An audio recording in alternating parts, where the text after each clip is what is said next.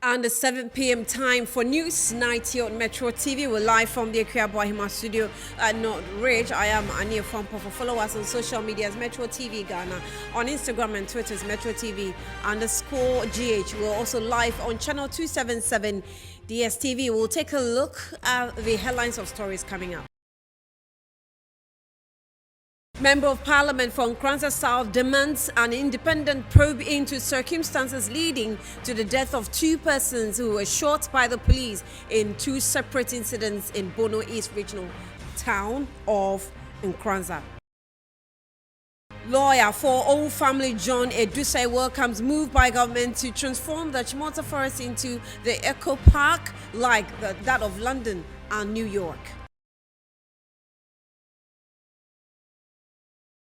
In structures, the Ghana Post Company Limited seeks government support to clear its legacy debt of about 40 million.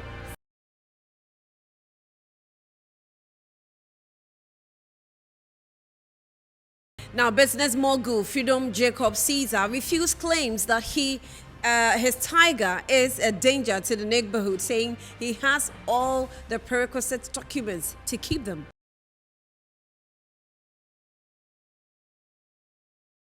And we have also a news from elsewhere. Sudanese security forces arrest leading anti-coup figures during protests by thousands against last year's military takeover.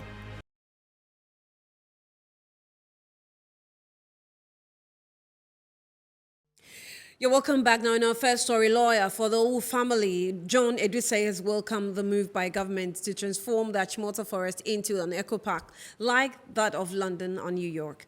In an interaction with Metro News, he indicated that the forest has been unserviceable for too long, that's turned into a lavatory by some unscrupulous persons.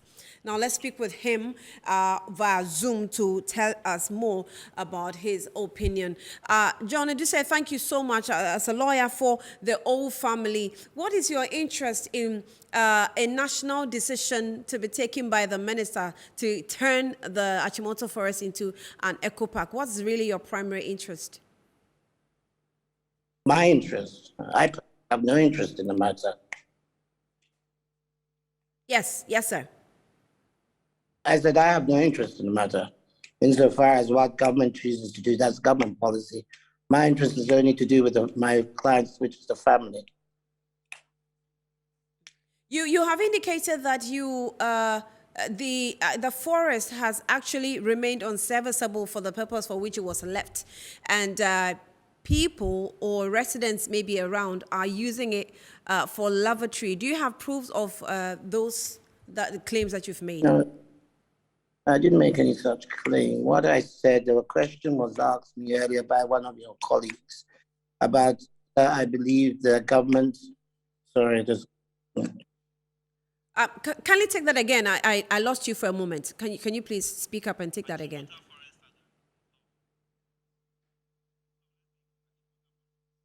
I don't think that I'm having a lawyer any longer. We'll try and work with him and get back, speak to him more on the issue of... Okay, lawyer, are you back? Sorry. Okay, yeah, I lost you for a moment. Apologies, I lost you for a moment, yeah. So you were saying, I lost you. One of your colleagues asked me a question, and that was an opinion, my personal opinion, nothing to do with the issue at hand. That's okay, that's fair. So the Old Family earlier on said that they weren't going to speak because, or based on some advice from some persons, but suddenly they outlined a number of points why they thought that they were entitled to the land that government has now given to the family. Why did they have to come out now? Well, there was a lot of information going out in the general public and comments being made which were not accurate. So we had no option but to make a statement to address those inaccuracies. Do you have, right, lawyer, do you have proof, because there's been claims that the Old Family never demanded for the portion of land at the or in the Achimota forest. Is it true? And if it's not true, do you have proof that you made demands that government should release your land for you? We've been making the demand put to forward government for years, 2006. There's been agreements signed between the Old family and governments. MOU signed somewhere in 2008. There have been, commissions, committees set up, which was made out of members of the ministries, members of forestry commissions, and members of the family.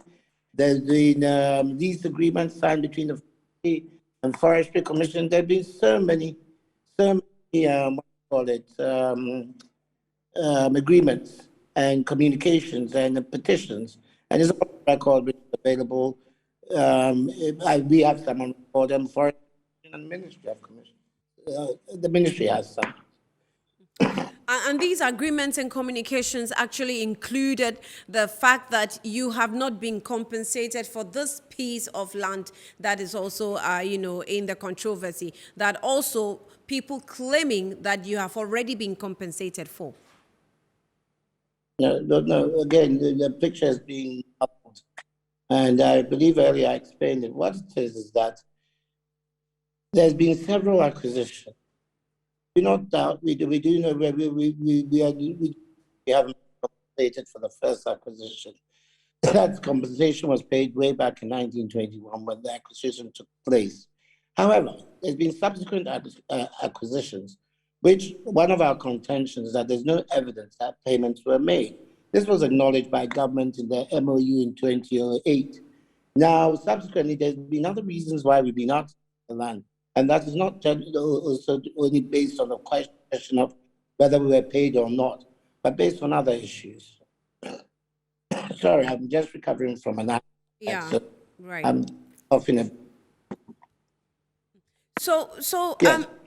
what are you using the land for? The minister has spoken, and he says that he described that part of the land, released to you as peripherals. First, how did you come to the conclusion that that part of the land, which obviously by law belongs to you, are peripherals of the Achimota Forest Reserve? And what exactly are you using the land for going forward? If I understand your question correctly, you want me to explain how we define peripherals, how we said something of peripheral, the land was peripheral. Right. Well, that was defined by ourselves, but it was the issue of peripheral land was based on geological survey on the area as to which areas was still considered forest land and which area was forest land, and for the purpose of which Forestry Commission was going to use it for, whether it be of use. And as I said, there were certain reasons in our petition, and as we were going through these discussions, we all agreed at a point that, okay, if land was going to be returned, it would be land which does not affect the ecological integrity of the forest, nor was it used for forest park. That's how we managed to define which areas these were. Now, what are we going to do with the point? I have no idea. That is a matter for the family to decide if they're selling as well. But what is important is that nothing can be done on those lands unless they go through several stages which are aimed to protect the integrity of the forest. And that is the thing which is important. Nobody's going to build a concrete jungle there, that's for sure. But going forward, there are still things which has to be done, which must be come to terms with the EI 144 or whatever it was, and these things must be met. It's not going to be a free for all. So no, as I say, I don't know the future, but bear in mind it's still going to be linked with the best interest of that area. Sorry. Sorry about that. Are you kindly land well? I didn't get your last sentence.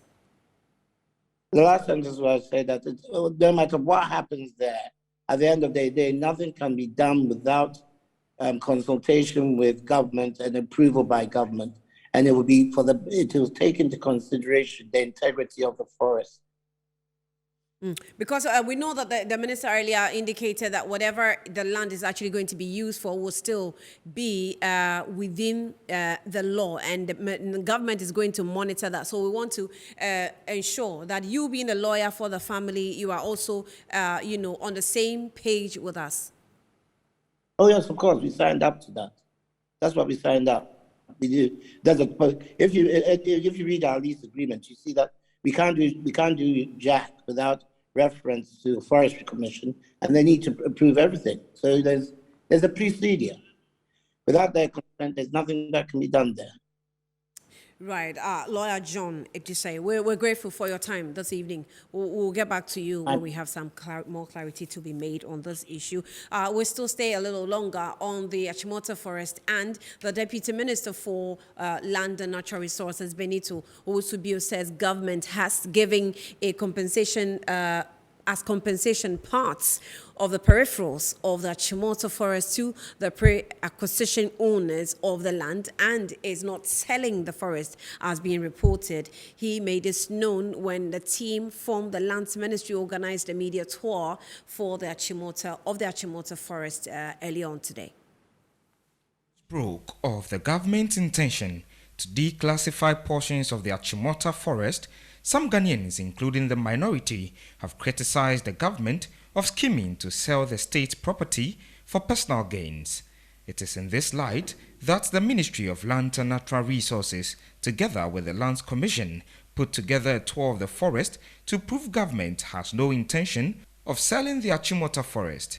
The government, our ministry, and our agency, the Forestry Commission, has within the past 4 years been undertaking, I would say, an aggressive reforestation of this particular forest. So please, we want Ghanaians to understand that the Achimota Forest has not been sold and is intact, and we are even making more efforts to make sure that it becomes the forest that we know. So with all such development, why would we want to sell the Achimota Forest? Please, Achimota Forest has not been sold, it's not for sale, and it will not be sold. He explained that the 361 acres of land being given out as compensation to the Owu family are not within the forest reserve, but the periphery of the forest. We have declassified the peripheral portions for the pre-acquisition owners. Yes, of course, on humanitarian grounds, they deserve something. And also, it's their constitutional right to be compensated. Don't forget that the Constitution states that all lands that go under compulsory acquisition, the owners have to be compensated, and compensation must be prompt, adequate, and fair. Declassifying a forest is not a small joke. It entails a lot of thoughts, a lot of research, a lot of technical know-how to be able. Chief Executive Officer of the Forestry Commission, John Alute, who joined the tour, said efforts are being made to improve the forest reserve. If you go inside, you will realize that this is where the typical, what we call Achimota Forest, this is the way it is, full of shrubs. So these are the trees we are planting in the Achimota Forest. If you go to the other side, you see a lot of planting that has been done there to improve upon the landscape of the Achimota Forest, to plant more trees here. So each year, Green Ghana, we are going to plant more trees here. Let's move away from the Achimota Forest and do some other stories on security. The Bono East Regional Minister, CRUSADER, has urged the police to prosecute persons involved in the attack on the police station at Accra in the Bono East region. The youth attacked the station following the death of Albert Donko, who was alleged to be an armed robber and subsequently picked up by the police.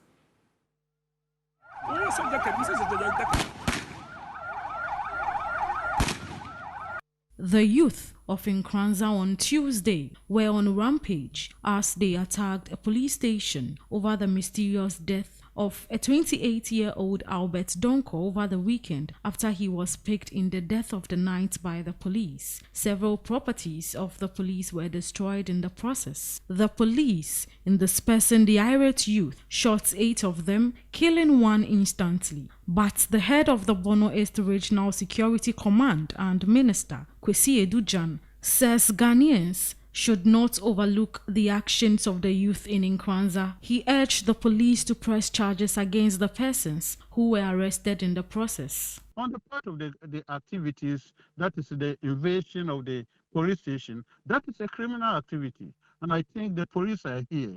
We have the deputy IGP,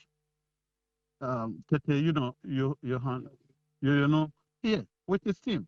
So they are working to stabilize the place. And those who are liable, those who committed those crimes, it is not the part of the fight for justice for Abedonko, but that is a criminal activity. And we must all look at it as a criminal activity and bring those culprits to book. He, however, indicated that his outfit has no response as to why the police gave the gunshots. When a security service or it's on the ground, you, the minister, don't determine what they should do. They look at the circumstances and they act in accordance with the circumstances and the situation that they are faced with. The family of the man at the center of the chaotic scene in the community have since refused to meet the police, accusing the police of dishonesty. We have declined the invitation by the police because we feel we've not been treated fairly. This is a serious matter, and as such, we expect them to act professionally and give us solutions instead of invitations.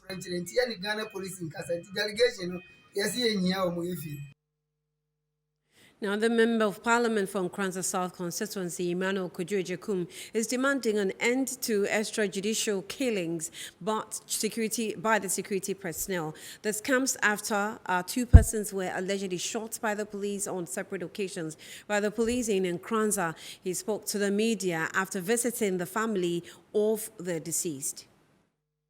5 bullets used on the innocent guys who were only championing justice for Albert, their brother, Albert, their family member, Albert, who they have lived in this community with.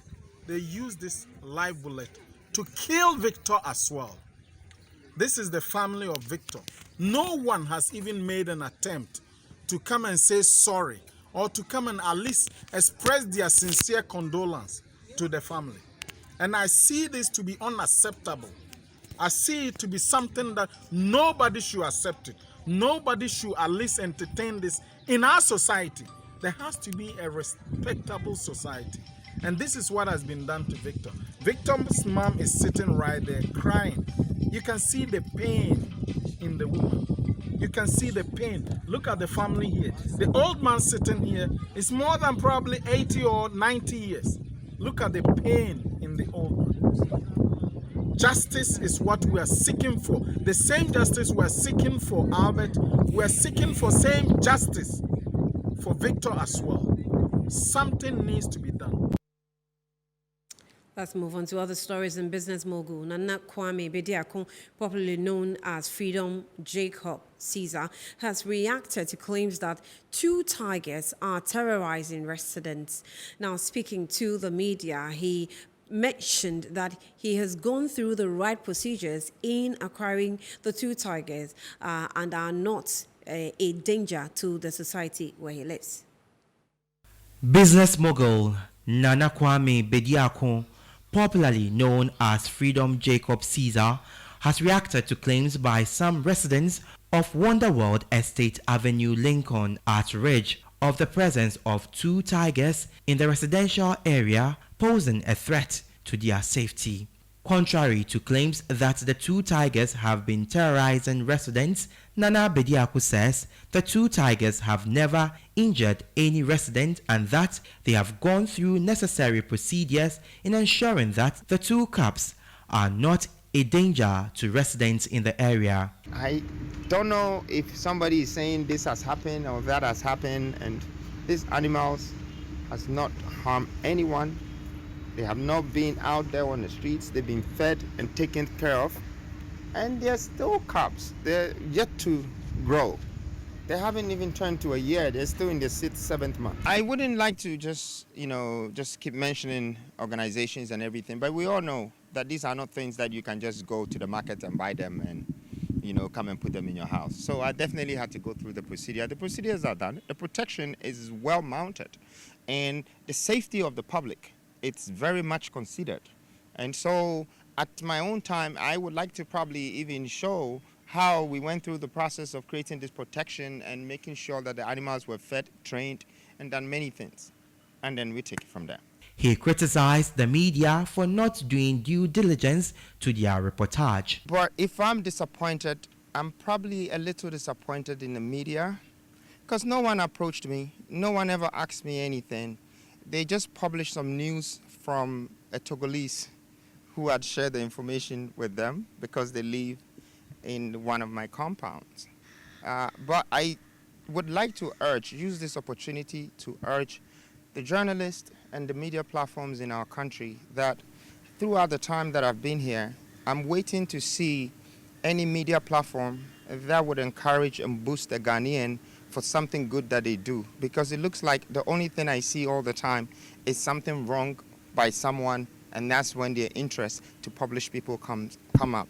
But please, journalists and the media platforms, it's very important to be factful.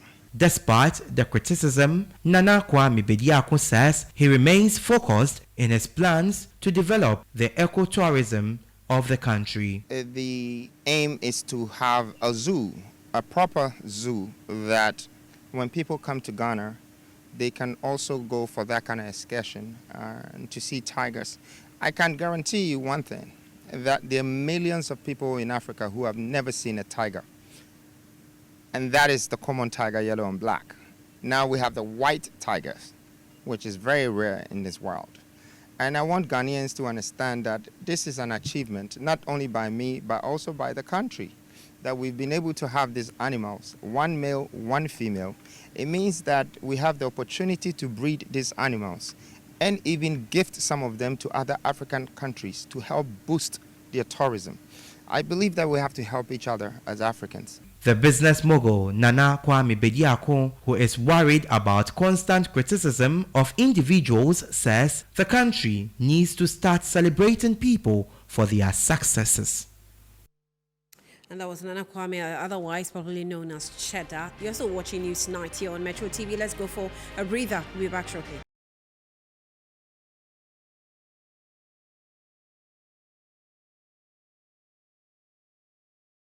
You're welcome back to News Tonight. Let's do some more stories. Authorities at the Tolong Senior High School have temporarily closed down the school following a fire outbreak earlier today.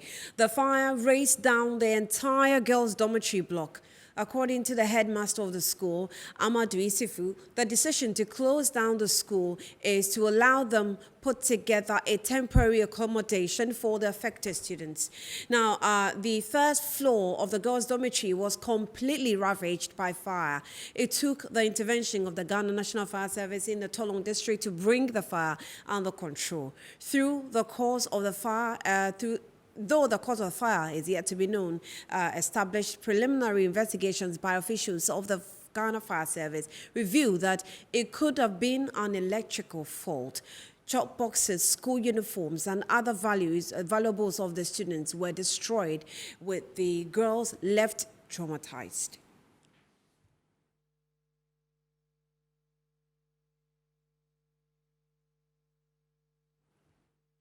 Now, more than 500 structures along the Spintex-MANET junction that joins the Tema motorway have been demolished to pave way for the construction of the dual-carriage road. The exercise aimed at decongesting the area of structures close to the road to open up for the construction of the 2-kilometer asphaltic road. A report by Frederick Clarence gives us the details. The demolition exercise started 6 Thursday morning as part of plans to commence the construction of a dual carriage road from Spentex MANET Junction to join the Tema motorway. There was a heavy presence of armed policemen in the area to ensure law and order. Scores of residents were seen desperately lifting their containers and kiosks to safety in order to prevent them from being destroyed. Those who failed to remove their structures to safety on time saw them being destroyed by backhoe machines, a scene that prompted some of the people to hurl insults and curses at the officials of the Lejekuku Municipal Assembly. Residents were displeased at the Assembly's conduct, as they say the Assembly failed to alert them on the specific day to carry out the exercise. The Chief Executive Officer of Lejekuku Municipal Assembly, Mordecai Kwashi, said the Assembly warned the residents of the impending exercise 6 months earlier. We were to have done this demolishing exercise before Easter, but at the humanitarian intervention of our regional minister, Honorable Henry Kwoti, it was decided that we give them some more time and we increased announcements. He stressed after several notifications, the Assembly had no choice than to go ahead to demolish every illegal structure in the area to pave way for the construction of a dual carriage road. Delegations were in our offices at the Assembly yesterday trying to plead for some more time. But I believe we're given enough time, and it's time for the Assembly to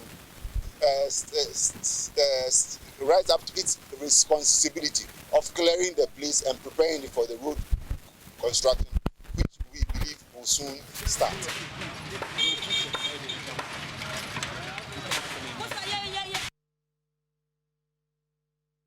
Now let's do some politics. The internal elections of the New Patriotic Party in the Ashanti region is heating up. Already, a group that vowed to unseat Chairman Wontumi has been giving reasons why he is not the man to lead the party in the region into the 2024 elections. Wontumi is a floodly. This time, we are changing him because he has floodly us. Yes. We now relaxing that she have been cheating us, so we don't want him again. Yeah, that's why we are bringing Chamodeno home this time. Wontumi is a floodly. He has a lot of things. You see, when you go to national and you are going to find something, they will tell you that we have given it to your regional chairman, so go to him. You see, and when you come to him, he will also tell you that they haven't given him anything. But we have investigated, and now we know that all that we heard is true. He used our name, to collect something from national. Those are some supporters making wild allegations against the chairman and reasons why they want him replaced. Meanwhile, the Greater Accra youth organizer of the MPP, Moses Abo, has appealed for votes after filing his nomination ahead of the elections. Moses Abo told the teaming supporters that he has what it takes to win Greater Accra for the MPP in 2024. The governing New Patriotic Party is set to conduct its regional elections from the 27th to the 29th May this year. Various aspirants are gunning to maintain their seats, while others try to unseat the incumbent. One such person seeking to maintain a seat is the current Greater Accra Regional Youth Organizer of the MPP, Moses Abo. Party supporters from across the various constituencies in the region on Tuesday thronged the party's office to accompany him to file his nomination forms to seek re-election. Mr. Abo, whose campaign message is possible together, expressed confidence his leadership qualities put him above his contenders. He insisted that he has what it takes to canvass votes for the party going into the 2024 elections. You can see it by yourself. I'm going to work with the youth and the party as well. And you can see almost all the constituency youth organizers and the TESCOM president have gone to pay for my filing fee. It sends a signal to whoever is contesting me. I'm going to run a clean campaign, and I'm going to assure the party and assure all constituency executives, member of parliament, MMDCs that we are going to win the election come 2024. I'm not going to use this break the eight as my slogan.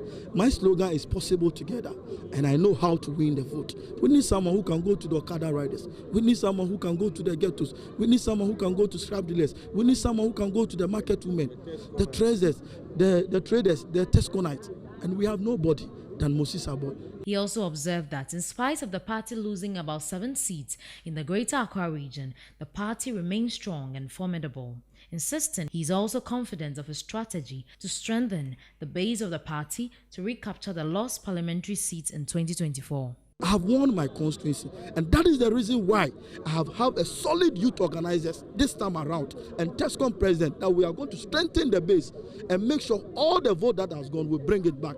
We have nobody than Moses Abo. Now, the anti-graft campaigner Edem Senanu has commended the special prosecutor for preferring charges against the former Public Procurement Authority boss Ejeni Boateng Ajay. He's urging governments to, however, provide adequate funding for the office of the special prosecutor to pursue this case. In this latest event in nibbing corruption in the bud, the Special Prosecutor Kisi Ejabin is charging the former Public Procurement Authority's Chief Executive Officer, Ejeni Boateng Ajay, on grounds of using his office as a public officer to his benefit, a breach of the procurement process, he says. The suit also brings to the fore another, a brother-in-law of the accused, Francis Kweku Ahin, being charged for using his office for personal gains.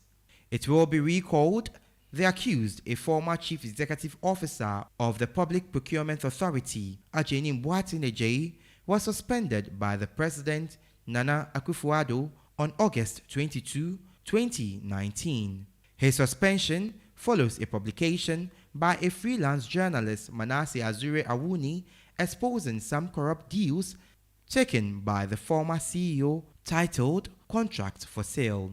After a thorough investigation into the matter of procurement breaches by the Commission of Human Rights and Administrative Justice, the final recommendation was to expel the then Chief Executive Officer, Ejeni Boateng Ajay, from office on October 31, 2019. Per the Shraj report, the former CEO's account since assuming office in 2017 stood at 14.8 million Ghana cedis from his $4 and euro account held at 2 banks. Unsatisfied with the allegation by Shraj, the former boss took the commission to court to strike out Shraj's findings, which led to his dismissal. The two, Ejeni Boateng Ajay and Francis Kweku Ahin, will be standing trial at the Accra High Court on Wednesday, May 25, 2022. However, the co-chair of Citizens Movement Against Corruption, Edem Senanu, says this move by the special prosecutor is applaudable. We know that office is not adequately resourced, and so every step they take obviously must be commended, especially on the back of Manasseh's expose that the embargo on the accounts of ABIJ had been lifted and money's moved.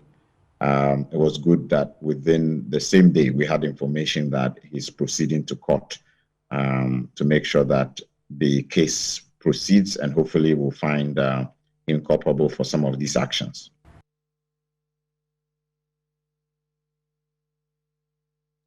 This is News Night here on Metro TV. Let's go for a break. When we come back, business news is next.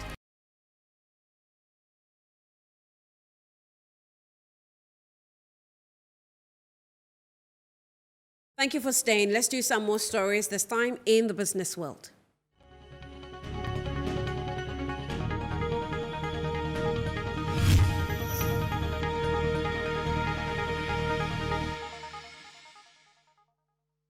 Now, the Ghana Post Company Limited is seeking government support to clear its legacy debt of about 40 million cedis. According to the managing director, Bice Osekufo, the company is poised to turn its fortunes around provided state institutions engage their services. Management of the Ghana Post Company Limited says it is repositioning the company to transform it into a world-class institution. During a visit to the Jubilee House on Thursday, Managing Director of the company, Bice Osekufo, says while they work hard to transform the company, government must do its part because currently only about 3% of its revenue comes from government businesses. The portion of government business that Ghana Post receives in our monthly revenue is 3%. It's only 3% of our revenue that comes from government businesses. Currently, we are running 360 post offices, out of which 330 are extremely active. But out of these 330, it is only 94 that are profit-making. Nonetheless, the post office must be in the community to service the community. Your Excellency, it is our major plea that a certain government policy direction can come to our aid so that the post office can continue servicing itself, paying its staff, and not rely on begging government for capital injection. Bice Osekufo appealed for increased support to enable the company write off its debt. It's just a matter of us getting the business, and we would be able to deliver on the business to cater for all our expenses. Your Excellency, we have legacy debts. It's in the region of 40 million Ghana cedis. GRA's portion is about 8 million. SNET is about 5 million. Then there's debt end of service benefits, old staff from 2016 up until 2021. Staff go on pension, their end of service benefits we are unable to pay because the organization doesn't have the liquidity to be able to handle it. And this is still hanging on our books. President Akufo-Addo assured the team of his support. Consolidation of government business in the Ghana Post is something that is clearly feasible. And the minister, as the main representative of the shareholder, I think knows what to do to bring this matter up for consideration. So I would like to go further than that, but to leave it to her to take the steps that would enable government to consider this. But it makes sense to me that instead of government paying private sector operators to do this necessary business, that it should pay a public sector agency, which it owns and controls, to do the same business if the capacity is there. The Ghana Post Company says it is exploring ways of operating its own cargo services in the coming years. Now, the ECOWAS Trade Promotion Network is advocating value addition to the raw materials for export. Speaking at the Annual General Assembly in Accra, President of the network, Dr. Ezra Yukusak, said this will help position member countries to reap the full benefits of the Africa's Continental Free Trade Area Agreement. The ECOWAS Trade Promotion Organization Network is a public sector-led entity which works in partnership with the ECOWAS Commission to drive inclusive trade development initiatives within West Africa and beyond. The trade organization opened its second annual General Assembly in Accra. The executive director of the International Trade Center, Pamela Cook Hamilton, is urging businesses to remain resilient and grow above global uncertainties. One of the things that has been critical is how have they been able to, one, manage the shutdown and switch to new services. Many of them have been able to do so. Secondly, have they been able to go digital? have they been able to get online? Because that has also changed how a lot of businesses have been able to survive and to become more resilient. The third issue is, have they been able to take advantage of the green transition, particularly now that there's a fuel crisis? How has that impacted their ability to become more competitive, to lower their production costs, to increase their access to finance, and to actually enter new markets for goods that are considered organic or green friendly? The Chief Executive Officer of the Ghana Export Promotion Authority, Dr. Ifua Asabia Asari, noted that the measure of the ECOWAS Trade Promotion Organization will help boost trade in the sub-region and Africa at large. Existing blocks like ECOWAS and COMESA and all the other ones that are in Africa, if we are able to make even trading easy in our little corner, it will help impact the rest of Africa. It will make it very easy for us then to take advantage of the Africa Continental Free Trade Area agreement which we have signed on to. President of the ECOWAS Trade Promotion Organization Network, Dr. Ezra Yakusak, urged businesses in the sub-region to add value to their raw material they produce for export. We are talking to our members to go back there to their respective countries and educate their people on the need to add value to every product they export. Value addition is very, very key. But we appreciate the fact that in most of these countries, because we are brothers, most of these countries, we have what we call infrastructural deficiency, where the roads, the power, and other things are not working. But hey, we are here to make things right. ECOWAS Trade Promotion Organization Network is set up to improve economic empowerment of its members. Let's take a break. We'll be back shortly.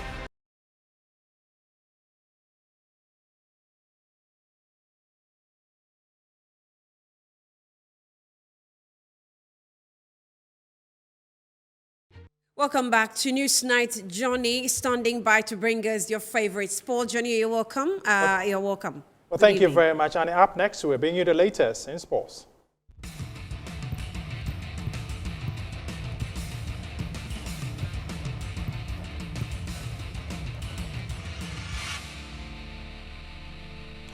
My name is Phil John Quartier, former Minister for Youth and Sports, and Dr. Mensah has welcomed the leadership of the Ghana Football Association for the demotion of Ashgold and allies to Division 2 football following their role in a GP of match manipulation last year. Well, it has to be taken out. Match fixing is something that you don't have to tolerate at all.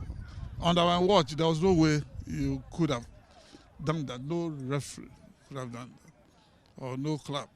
Go and fix a match. When you fix, we have people who monitors, specialists who monitors from the FA level. A 5-day football scouting tournament is underway in the nation's capital, known as the ZILINA Africa Summer Scouting Tournament. The competition is to give opportunity to young players to be groomed and taken to Europe and the Asian market. 30 teams are competing in the ZILINA Africa Summer Scouting Tournament, which is being sponsored by Chado-based Division 2 side MLSK ZILINA Africa with support from Ishmael Construction Company, Jamestown Coffee Roaster, Eyeball, Noko Simple Foods, among others. 22 teams will be battling for honors at the La Magdantam Park, while 8 others will be at the Glow Lamp Academy for the second stage of the scouting competition. After a successful tour of the Gulf, where 2 Ghanaian sides excel, the organizer feels the scouting competition will be another platform for players to be monitored by visiting scouts. Ishmael Lamte is the chief coordinator of the ZILINA African Summer Scouting Tournament here in Accra. Yeah, so far so good. We see some talent, and my partners here also are very, very impressed. We so far seen more than 6 talent that we know they have future that we can work with. I see like 4 players is talented. He will be good players in future.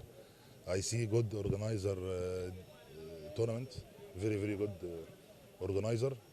I hope in future make it this again and again and scouting more players for Europe and Arab countries. I think it's been an excellent organization. A lot of credit to Ishmael and the ZILINA organization. The professionalism, the talent that we've seen is fantastic, and we're happy from the Ali and Jamestown Coffee to be a part of it. My side, I want to thank first Mr. Ishmael for the nice tournament And from the first game, I already got 6 players. So these players, they are going to Europe. I can guarantee. The idea is, once we're able to give the opportunity, Ishmael is doing a hell of a good job right now, giving these people a platform. Once we can share in that and give, these guys a chance, we're more than willing to do it. First of all, you see Ghana full of talent. Today we scout about 3 or 4 players. I think that they will have the opportunity to go to Europe, and maybe we can get more. You see now we are about 5 days, 4 to 5 days in action. So we saw it as an opportunity to also invest in this young talent, and football is one of our key social responsibilities. It's also to invest in the young generation, to show them that, okay, it's not everybody that can get opportunity to be on this field. So once they are here today, for us, we are still monitoring, and then at the end of the day, may the best win, that's all. That's your sports. I'm Theo John Quarte. Back to Isidua for the rest of the news. Certainly, it's entertainment. Thank you very much, Johnny. It's time for entertainment news.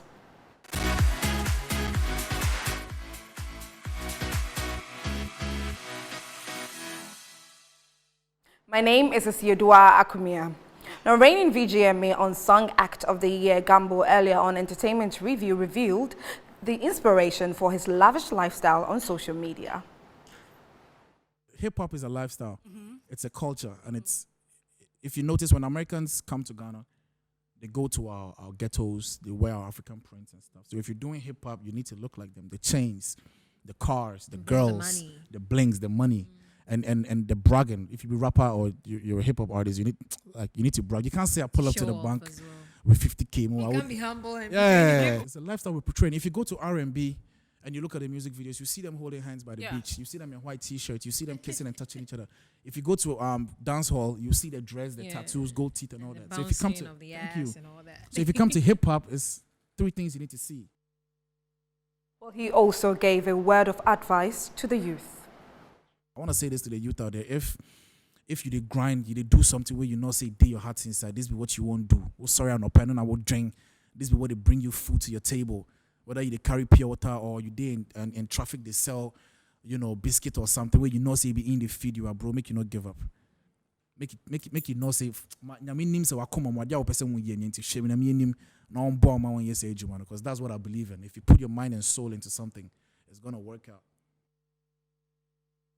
Well, for our next story, the Commissioner of Insurance, Dr. Justice Tofori, has called on celebrities to make it a point to always insure their arts. The Commissioner made the call when he met some celebrities to educate them about various possibilities in the insurance sector.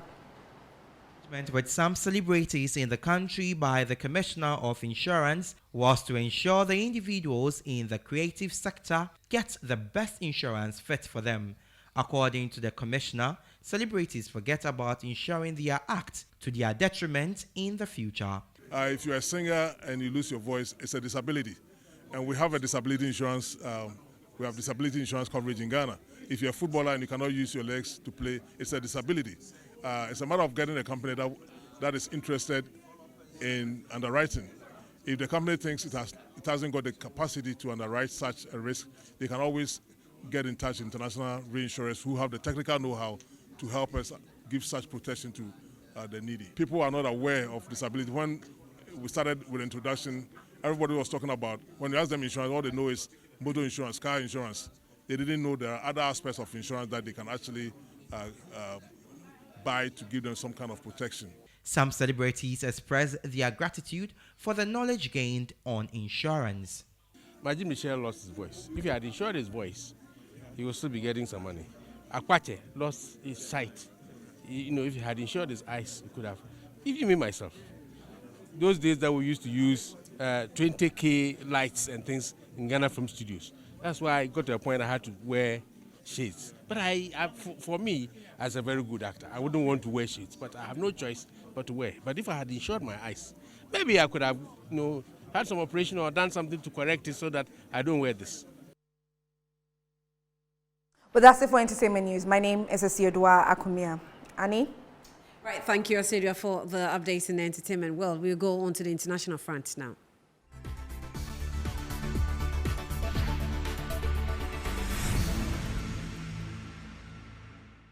Now, on the international front, Sudanese security forces arrested leading anti-coup figure on Thursday. Their party said during the protest by thousands against last year's military takeover. Now, the arrest came despite the pledge by a coup leader, General Abdel Fattah al-Baha, to free political detainees to set the stage for talks among Sudanese factions. Last month, authorities released several anti-coup civilians leaders arrested in the crackdown. The Communist Party members were detained following the trip to Juba, South Sudan, where they met with rebel leader Abdel Wahid Nur, who has refused to sign a landmark 2020 peace deal with the Sudanese government, according to the party's statement. Well, that's what we have for you this evening. Newsnight came to you live from the Ikea Studio, North Ridge. Join us again for some more stories subsequently tomorrow as well. My name is Annie Fampopo. Thank you for your time.